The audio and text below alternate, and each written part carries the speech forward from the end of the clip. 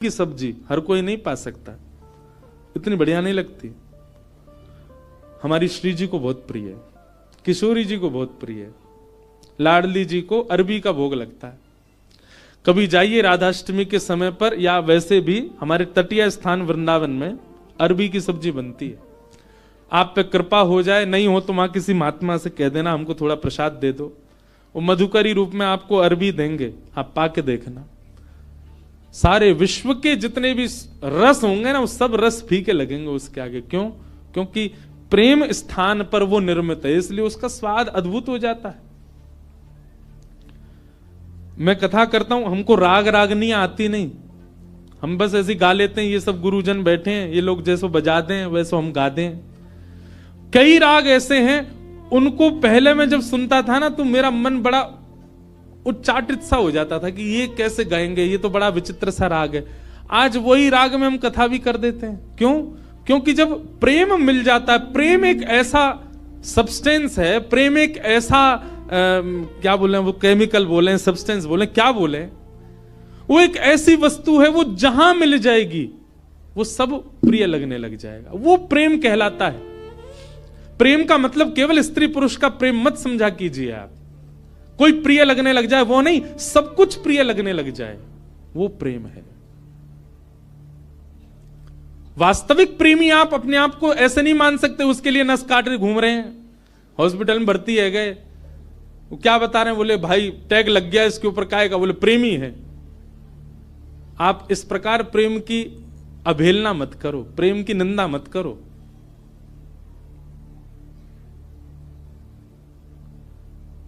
गंगा जी पे सब जगह चले जाओ, पहाड़ों में, नदियों में, सब जगह एक पॉइंट होता है, क्या बोल, इसको सुसाइड पॉइंट बोलते। क्यों? यहां से व्यक्ति अपने प्रेमी के लिए त्याग कर देता है, आत्महत्या कर लेता है। ये प्रेम है। प्रेम में केवल एक व्यक्ति प्रिय नहीं लगता, प्रेम में सब कुछ प्रिय लगने लग जाता है। बुद्ध, भगवान बुद्ध प्रेमी थे। एक मदिरा पान किया हुआ व्यक्ति जिससे सब दूर भागते हैं, नाली में पड़ा था और बुद्ध भगवान ने उसको देख लिया। अपने शिष्यों से कहा तुरंत इसको निकालो यहां से। कोई पीछे जा रहा, कोई आगे जा रहा, सोच रहे हैं, विचार कर रहे हैं, नाली में पड़ा है, दुर्गंध आ रही है, इसने पी भी रखी है। स्वयं भगवान बुद्ध लग गए उसको निकालने में। शिष्यों ने कहा, बोले कि वो एक कुभाव वाला व्यक्ति, मदिरा पान करने वाला व्यक्ति, उसका आचरण शुद्ध नहीं, और आप उसको ऐसे बचाने लग गए, ऐसे उसको संभालने लग गए। तो बुद्ध भगवान बहुत अच्छी बात कहते हैं, तुम साधक क्यों बने हो, तुम भक्ति के पथ पर क्यों चल रहे हो? क्या तुम केवल शुद्ध लोगों से ही मिलोगे, सुधरे हुए लोगों से ही मिलोगे? अरे जो पहले से ही शुद्ध हैं, जो पहले से ही सुधरे हुए हैं, उनके बीच बैठ करके तुमने क्या नया कर दिया? तुम वैष्णव इसलिए बने हो, तुम भक्त इसलिए बने, तुम साधक इसलिए बने, जो अपवित्र हैं उनको पवित्र करने का भाव तुम्हारे चित्त में आए। जो अप्रेमी हैं वो प्रेमी बने, ये भाव स्वभाव तुम्हारा बने। हम इसलिए साधक बने हैं। केवल माला देने वाला व्यक्ति को ही हम पूजें, उसी को ही हृदय से लगावें, ये हमारा स्वभाव है। सबको लगाना है, सबको उस पथ का राही बनाना है, इसलिए हम वैष्णव बने। अंगुलीमाल की कथा सबने सुनी होगी। एक राक्षस था, मानव था पर राक्षस के स्वभाव का था। उस पर्वत पर रहता था, उस पर्वत के आसपास कोई भी मानव उसको दिख जाता था, उसको मार करके उसकी उंगली काट करके अपने गले में माला बना के पहनता था, इसलिए उसका नाम था अंगुलीमाल। इतनी सारी उंगलियों की माला उसने पहन रखी थी, उसका रूप देखते ही भाग जाते थे लोग। भगवान बुद्ध जा रहे थे और जैसे ही मार्ग पर जाने लगे तो एक गांव पड़ा। गांव के लोगों ने कहा, भगवान आप सीधे ना जाकर के थोड़ा दाएं होकर के जाइएगा। क्यों? सीधे जाएंगे तो आगे एक पर्वत पर अंगुली माल रहता है, वो लोगों को मार के उनकी उंगली काट के अपने गले में पहन लेता है। भगवान बुद्ध बोले उसके पीछे कारण, बोले वो अपना बल बताना चाहता है, देखो मैंने इतने लोग मार दिए, इतनी उंगलियां मत, इतने लोग, इतना बल है मेरे पास।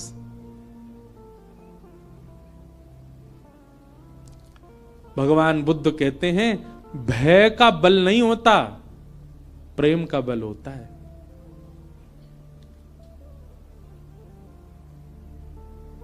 भय से जो अपने बल को आपके चित्त में प्रतिष्ठित करे वो बहुत लंबे समय तक नहीं रह सकता, लेकिन प्रेम से अपने आप को आपके चित्त में जो अवस्थित करे वो मरते दम तक आपके चित्त में रहेगा। मानस जी में एक बहुत अच्छी लीला आती है कि राम जी वन में विचरण करते थे और जब भूख लगती थी ना तो किसी के यहां से, किसी के घर से या किसी नगर से लक्ष्मण जी सामग्री ले आते थे, जानकी जी बनाती, राम जी पाते थे। लेकिन ऐसा वर्णन आता है कि कई बार लक्ष्मण जी को सामग्री नहीं मिली और वनवासी थे तो उनके पास धन भी नहीं था, भाई दे के ले लें। तो राम जी जाते थे सामग्री लेने के लिए, और राम जी जब जाते थे तो सामग्री लेके ही आते थे। तो फिर मानस जी में तुलसीदास जी वर्णन करते हैं कि राम जी ऐसा क्या दे के आते थे कि लोग सामग्री देने को राजी हो जाते थे। राम जी के पास कुछ था तो था नहीं, ना तो धन था, ना वैभव था, ना कुछ रुपया थे, क्या देते थे राम जी। तो मानस जी में श्री गोस्वामी जी वर्णन करते हैं कि राम जी जब कुछ सामग्री लेते थे या सामग्री लेते भी थे, या फिर कई बार सीता जी बड़ी रसोई बनाती हैं और संतों को पवाते, संतों को पवाने के बाद दक्षिणा देनी होती है, तो ये दक्षिणा के आदान प्रदान पर या सामग्री के आदान प्रदान पर राम जी क्या देते थे। तो गोस्वामी जी वर्णन करते हैं, बोले कुछ नहीं, राम जी मंद मंद मुस्कुरा देते थे, उनकी मुस्कान ही सबसे बड़ी दक्षिणा थी। उसको लेकर के व्यक्ति कहते तुम तो भैया सब कुछ ले जाओ हमारा, बस ये मुस्कुराते रहो, तुम्हारी मुस्कान ही सब बढ़िया। मतलब संतों को प्रसाद पवा के राम जी सामने बैठ करके दक्षिणा रूप में मुस्का देते थे। संत बोलते बस मिल गई हमारी दक्षिणा। जहां जहां से सामग्री लाते वहां मुस्का देते थे। प्रेम, और वो प्रेम का बल ऐसा व्यवस्थित किया राम जी ने कि मरते दम तक कोई नहीं भूल पाया। और रावण का भी बल प्रतिष्ठित था, पर रावण का भय का बल था। बल भय का नहीं होता, बल प्रेम का होता है।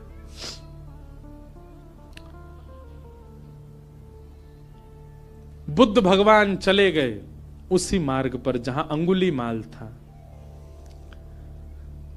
जैसे ही पहुंचे पर्वत के ऊपर, अंगुलीमाल ने दूर से ही कहा मैं साधु सन्यासियों का बहुत सम्मान करता हूं, पहले तुमको सचेत कर रहा हूं, मार्ग बदल दो अपना, मेरे पास आ गए तो तुम्हारा सर धड़ से अलग कर दूंगा, मैं चेतावनी दे रहा हूं, मेरे पास मत आना। पर बुद्ध रुके नहीं, सीधे चले गए। तुम जानते नहीं हो मुझे, क्यों चले आए हो मेरे पास। और क्रोध में भर के थोड़ा और चेतावनी देने के लिए अंगुलीमाल एक वृक्ष के नीचे खड़ा था, उस वृक्ष की डाल पकड़ करके जोर से खींच ली, डाल टूट गई। बुद्ध भगवान मंद मुस्काते सामने खड़े हो गए। अंगुलीमाल तुम देख नहीं रहे हो। अंगुलीमाल बोला तुम देख नहीं रहे हो मैं कितना बलवान हूं, और तुम चले आ रहे हो, मैं तुमको मना कर रहा हूं फिर भी रुक नहीं रहे हो। डाल हाथ में पकड़ करके खड़ा था। बुद्ध भगवान बिल्कुल सौम्य भाव से उसके समीप गए और कहा ये डाल तुमने तोड़ी। बोले हां, अब इसको जोड़ दो, जहां से तोड़ी है इसको वहां लगा दो पुनः। अंगुलीमाल बोला कैसी बात कर रहे हो, ये तो संभव ही नहीं है, मैं इसको नहीं लगा सकता दोबारा। बोले क्यों, जब तोड़ने की सामर्थ्य है तो जोड़ने की भी होगी, इसको जोड़ दो, यथावत जैसी थी वैसी जोड़ के दिखा दो। अंगुलीमाल बोला यह संभव नहीं है। बुद्ध भगवान कहते हैं जिसको तुम जोड़ नहीं सकते उसको तोड़ने का अधिकार तुमको किसने दिया।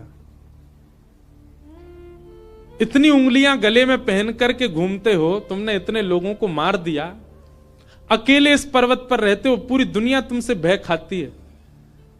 सोचो, विचार करो अंगुलीमाल, जितनी उंगलियां तुमने गले में पहनी हैं, प्रेम से यदि इतने लोगों को अपने संग में रखते, पूरी दुनिया पूजती आज तुमको। अपने प्रेम स्वभाव से इतने लोगों का संग पाते तो तुम ज्यादा बलवान होते। लेकिन तुमने उनको मार दिया, उनकी उंगलियां डोल रहे हो लेके गले में। अगर इतने लोग तुमने जोड़े होते खुद से तो तुम श्रेष्ठ माने जाते। और इतना कहकर के बुद्ध चले गए। अपनी कुटिया पर जाकर के रुके, पीछे देखा ही नहीं। कुटिया पर जाकर के जब पीछे देखा, अंगुलीमाल चरणों में गिर गया। बुद्धम शरणम गच्छामि, मुझे क्षमा कर दो भगवान, और सदा के लिए उनके हो गए। यह है प्रेम। प्रेमी जब व्यक्ति होता है वो सबको प्रेमी बनाता चलता। जैसे किसी के अंदर कोई इत्र लगाए घूमे, जहां से निकल जाए सब जगह सुगंधित होती चली जाती है, वैसे ही भक्ति साधना से व्यक्ति जब प्रेमी बन जाता है, वो जहां जाता है, जिस स्थान पर जाता है, जितने लोगों से मिलता है, उनको भी प्रेमी बना देता है, उनको भी प्रिय बना देता है, उनको भी भक्त बना देता है, उनको भी साधक बना देता है। प्रेम।